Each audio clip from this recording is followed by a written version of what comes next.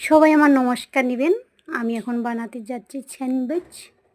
তার জন্য কি কি লাগে ফ্রিজে থেকে নিয়ে নেব। চিজ, তারপরে পনির আমি সব আগে থেকে রেডি করে নিয়েছিলাম, কেটে ফ্রিজে রেখে দিয়েছিলাম। সেইগুলো এখন নিয়ে নিলাম। পনিরটা আমি ছোট ছোট পিচ করে কেটে নেব। তার সাথে গাজর, পেঁয়াজ সব ছোট ছোট করে কেটে নেব ভালো করে। গাজরও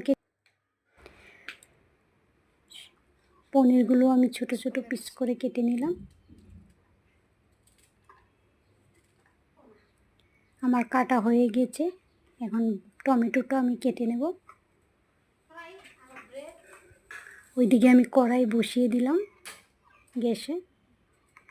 কড়াইতে অল্প সাদা তেল দিয়ে দেব। তেলের পেঁয়াজ, গাজর, টমেটো, অল্প লবণ দিয়ে দেব স্বাদ অনুযায়ী। ভালো করে ভেজে নেব। ভাজা আমার হয়ে গেছে, এখন নামিয়ে নেব।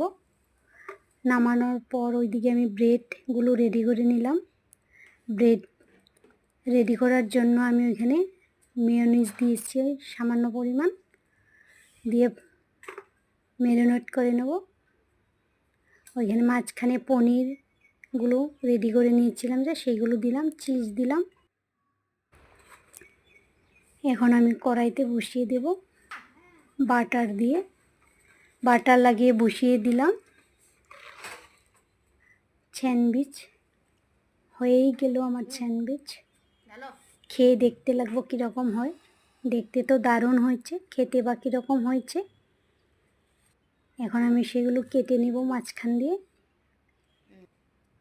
খেয়ে দেখি কীরকম হয়েছে। নাতি খেয়ে বলল